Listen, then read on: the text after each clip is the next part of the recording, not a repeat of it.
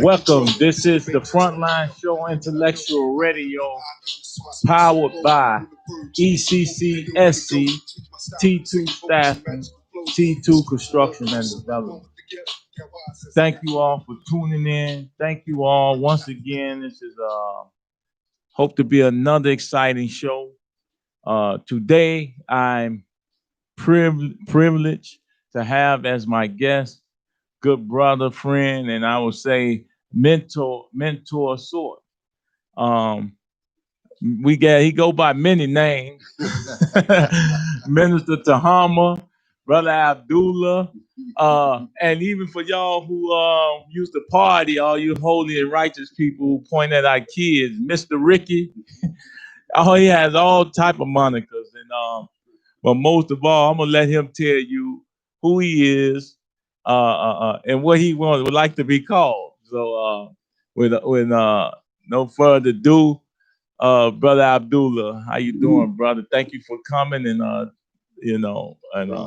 tell the people about you a little bit before you. I'm more than honored to be here with you. Yes. It's always my pleasure because we're on the ground a lot. Yes, and sir. It means a lot to me. My background, and I'm a minister for the Honorable Silas Muhammad. It gives me the pleasure to be with one of the strongest people that Minister Farrakhan could appreciate. Brother, I appreciate everything you do in our community. It's real work. Yes, sir. I enjoy doing the real work with you. I'm out there every day trying to rebuild our community, trying to promote the teachings of the Honorable Elijah Muhammad, teaching Black people to do for themselves. We can do this for ourselves. We just have to be determined to do it and not be stubborn and not willing to listen. That does not negate Marcus Garvey, the Prophet Noble Drew Ali. All these are wise men that God sent to us. And if we would listen to them, we could rebuild our community and better our condition overnight, brother. No doubt. With that being said, brother, when we first connected, it was an instant hit, and just being around you, I know you're a serious man, and you really care about building and developing our community. That was one of the things we talked about or spoke about as it relates to the work that I was doing, and the work that you were doing. So as Black men, we decided, hey man, let's link up, connect, and let's figure out a space and a place where we can collaborate and build some form of economic, shall I say, progress amongst Black men in the city. And that's very rare because we tend to be all over the place instead of coming together in a centralized location and to try to attempt to develop some form of collaboration. So, and you all are on 79th Street. Yes, sir. And if you would tell the people about that, the Bob Beard Center and all the endeavors that you all have embarked on. Yes, sir. Myself and Mr. Roe Davis, Dr. Murphy, quite a few of us. We're over on 79th, right off of Langley. We have the Bob Beard Center over there with Project 5000. Yes. What we do is we work to revitalize the community. And we're starting on 79th Street. I have myself began building a banquet hall over there, which seems like I'm going to change and go ahead and convert it into the credit union so that we can be able to provide our people with credit and make them credit worthy so that they can play in this game of economics in America. So listen, you was gonna make it a banquet hall. That's awesome in itself because I've actually seen the location, the space. But to say banquet hall, but to say credit union, that's a whole nother animal, bro. Yes, just sir. to think that you could tackle something like that, right?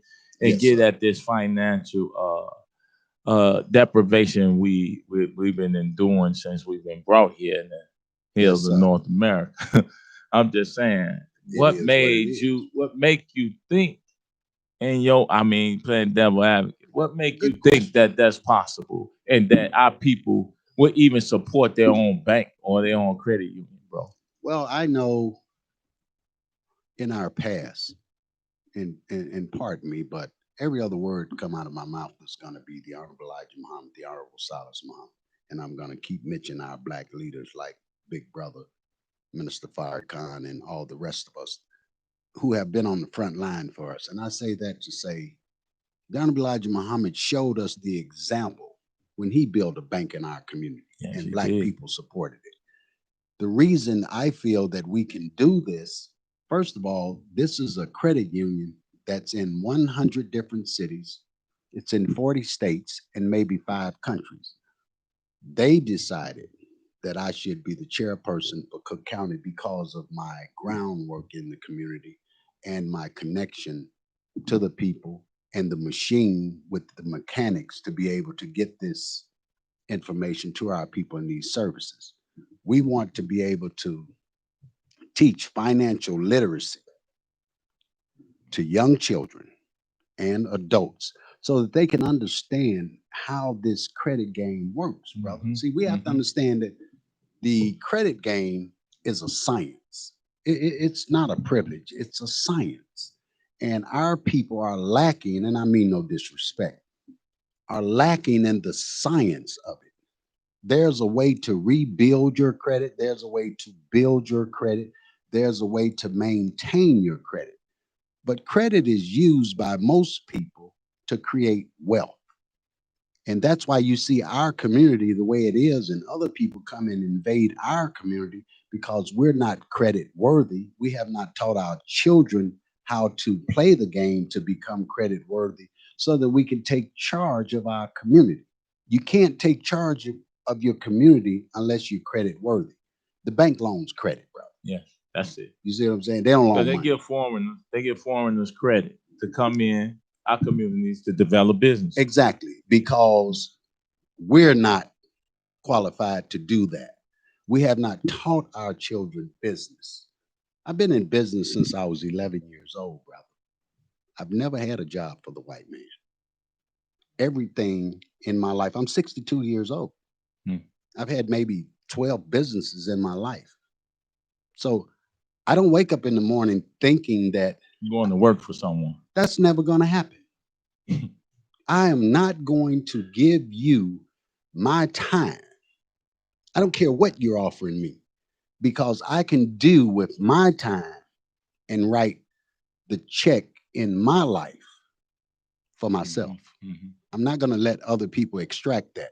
We need to teach our children that. I'm not saying there's something wrong with the job. That is not what I'm saying. I'm just saying for people like me, I ain't interested. And on that note, everyone can. If everyone owned the business, there would be no workers. So we have to have people. People will always be workers. Oh, yes, sir. And it's nothing. I never call it work. I call it service. Yes, sir. And in this sense that what you're saying is we often give our time, our energy, our dollars, our effort to someone else, another entity that don't have the ability or the power, not the ability, don't have even the desire to make our communities better or have the desire to take part of the resources we give the business or patronize the businesses with to put 10%, 20%, 30% back in the communities that enriches them. They're not going to do it because they've been taught before they get here that we're a cash cow. Mm-hmm. So they extract all of the wealth out of the black community and send it to these other countries and different communities. They don't bank in our community. They don't invest in our community. All they do is extract. So you telling me if they don't bank in our community, these local banks in our communities are they use our dollars to give money to other communities to continue to exploit us? Here's the problem with that.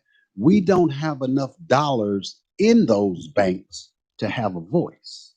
You see, we used to have a voice in the bank in our community. This is what the Honorable Elijah Muhammad was saying. He said, look, Bring me your pennies, nickels, and dimes, and I'll show you. And he did show us. We were able to take grocery store, monies airline, out of our community, put it in a bank in our community. Today, the dollar doesn't circulate within the community in so many hours, or brother, or seconds, or right minutes. now, I would say 3 hours. Yeah. I mean, as soon as it leaves our hand, it has a journey to escape our community. This is insanity. Yeah.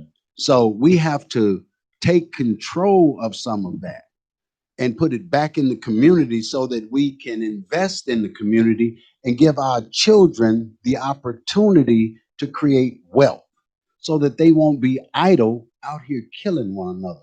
The thing about killing each other is only because you don't have anything to lose. Mm-hmm.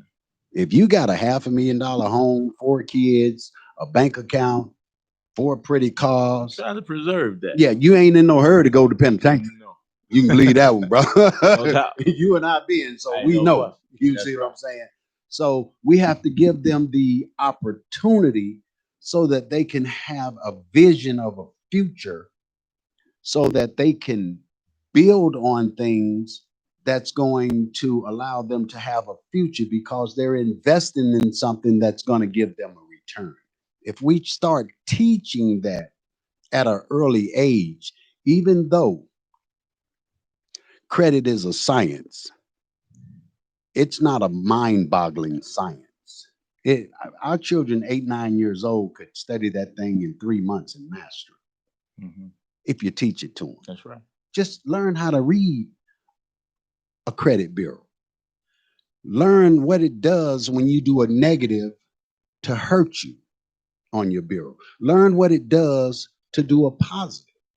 Once they begin to do these things and learn how the science works, how you build, how you sustain, what is your history, what is your value. Once they begin to understand these things, these are no-brainers. And then once we're able to give them a job so that they can pay their bills, then they begin to understand wealth. They begin to understand every time you buy a pair of gym shoes, that's a negative against you. That's not helping you build wealth. You're throwing your money in a bag with a hole in it. You can only wear 1 pair of gym shoes. So why do you need 20? That's right. Take that money and invest it in yourself so that you'll have a goal to where you're trying to go. And now you'll be able to make gym shoes yourself. What about that part? You know, I've been in that business. I've been into the garment industry. I've been into the manufacturing part. This is not a difficult situation here. And with the monies that we spend in our community, brother, I tell you, we could manufacture gym shoes right in our own community better than they manufacture over in the other parts of the world and put our children's names on them, and they will buy their own gym shoes and save their own money and be in business. And that's what we need to be trying to teach our children. So listen, real quick, we have a caller. Caller, this is the Frontline Show. Well, hello, you awesome kings. How are you? Fine. How are you, sister? That sound like Sister Karen. You know it's me, a future woman, baby. Listen, sir, you are speaking Bible. I started my first business at age 12.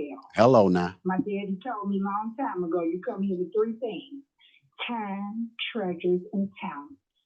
Whoever and whatever gets majority of your time will eventually get your treasures and talents. Tell them again. Right now, America has all of our time, whether we're black, white, purple, and they're creating treasures and talents with it. That's right. It's up to us to step up. I did what you said when you said, baby, it ain't enough money in the world to work a job. See, that's something Riley didn't understand about me and Dalton. You can't pay me enough. Do you understand? If I'm here for 8 hours, I know exactly how much I'm going to get at the end of the week. See what I'm saying? I got my time to myself for 8 hours. Sky is the limit. Hello.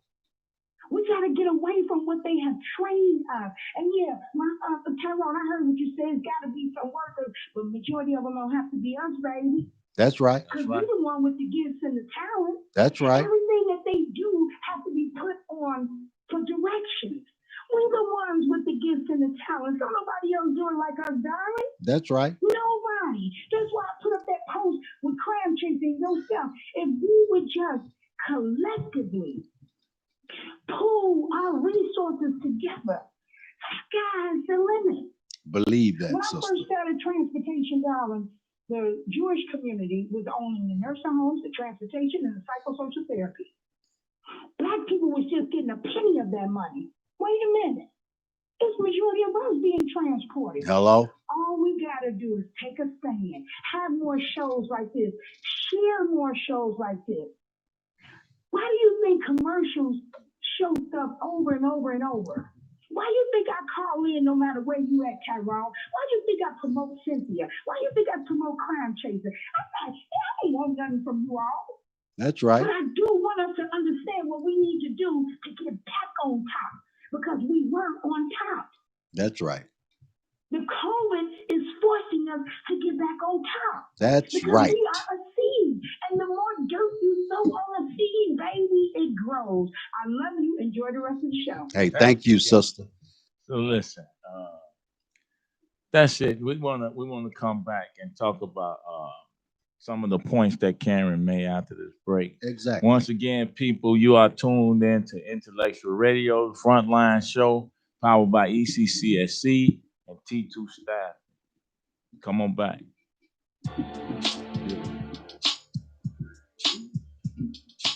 I don't have a problem. We need to have a segment. Create a business segment.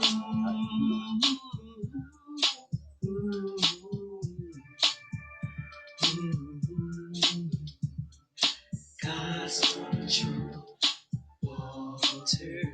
You ain't got enough money to buy my soul. Ain't strong enough to stop me. I'm out of control. This the matrix by me. I know that I know.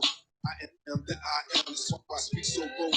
On the verge of losing hope, I know where to go. Switch my style from singing vocals to magical flows. Study the streets a little closer. One with the ghetto. Got wise as I got older. Unloaded the metal. New millennium rebel. After that federal dollar. Balance the world on my shoulders. I know my soldiers will follow me in war. Cause kids still dying in the streets at war. On the block running from the police at war. With the US, this ain't the Middle East at war. With the problems in my own community in the store. And the only way to fight it in the new Lord. Save my father from this bottom of Hennessy with more. Can I give? No giving. All of me is for real, it's only getting hotter for me. Harder to see and harder to breathe. And there's only one remedy. I gotta be smarter than my enemies. In the water. Wade in the water, children, I'll wade in the water. God's control. I'm being chased by demons, the triple team exposed to false religions. I'm hated by jealous niggas, they don't want to see me dipping my life's score. Moving home, pulling up papers, I'm chasing paper, no holds barred. Peace of mind, I get the band, my heart's cold. Got the friends, my last road dog turned me in. Because the war would never change. Who takes the blame for bad decisions? So many missing, following orders, cause here giving got the world tripping. They push prison at us young niggas. That's why we haven't had triggers, won't let them forget us. I'm not alone with the way that I feel. It's like millions after touching this steel, roaming the field. Welcome back to the Frontline Show on Frontline Time. Here with Brother Minister Tahama, Brother Abdullah, and Mr. Ricky's. So, hey, listen, we left off with Karen calling in, and she's absolutely right. You know, it's nothing wrong with, I want to clarify that. It's nothing wrong with working for your living because everyone is not qualified. I'm not saying qualified, don't have the propensity to be business developers, business leaders. But that don't mean that the dollars that go in our community, that come out of our community, that's in our community, shouldn't serve the people that works for those dollars. Exactly. This is what I'm saying. If I'm working for something, it should be a livable wage, and I should work to build and enhance something that allows others to be able to contribute back into society. Exactly. And when you got the right business partners, they understand the connection between the worker, the community, and even the spirituality, which is the church. That's they understand that. Exactly. But it probably should go economics first, spirituality community Yes. church. But spirituality, we know is first. Yes. But what I'm saying, without economics, the church door is not even open. You can't promote spirituality without economics. Economics. Economics. So with that being said, we talking about building businesses. Yes, sir. And you know, y'all, the 79th Street, the hub, we have come together as black men. We say, you know what? Whether we agree or disagree on issues and points, whether we have different religions, we're in partnership with guys that don't have the same religions that we do. But we're not running around talking about since you Muhammad, since you with Jesus, we're not gonna come together as men to develop business. So we made an active pact that says, listen, if COVID is a blessing, it closes the stores. We as black men gonna open the stores up. Talk about that, brother, a little bit, and then then we will get into a little history. The thing about that is, let's back up a little bit. See, 79th Street, we're developing in between Champlain and Langley. We have the Bob Biz Center there. We're putting a new one across the street. We have the banquet hall or an event space / the credit union. Yeah. And then on the other side of the street, we have your thing. Yeah. You know, and we need to let the people know as we go on about what it is that you're doing. Because see, so the people, I've kind of let them know we're developing the nail salon, the nail spa, Frontline Nails for people. We're going to do that. We're dealing the distribution so we can have export, import. One of the things that made me so sick, brother minister, is that when the COVID hit us, we couldn't even find tissue. Bro. We couldn't find paper towel. Bro. We couldn't find hand sanitizer. We couldn't find soap. We had to run to the white folks. But now, with the distribution there, we have black-owned tissue, black-owned soap, black-owned detergent, black-owned product that we have identified as it relates, and it allows us to build out a hub where we have export, import. Now we partner with our African brothers and sisters to do, and even China or whoever sell goods and manufacture. Yes, sir. To be able to bring this stuff back to our community without us having to have a high tariff and to suffer because of lack. It's crazy. And those are the things that we're doing in the community to be able to get black people to engage. You know, one of our biggest concerns in the black community, if we see someone doing something that looks like us, is, well, they ain't gonna do nothing but steal the money, and that's not how business works. No. If you do business with me, I'm gonna sleep good at night. I'm not worried about you stealing anything. There are remedies to that. Yes, sir. It's just like we're talking about the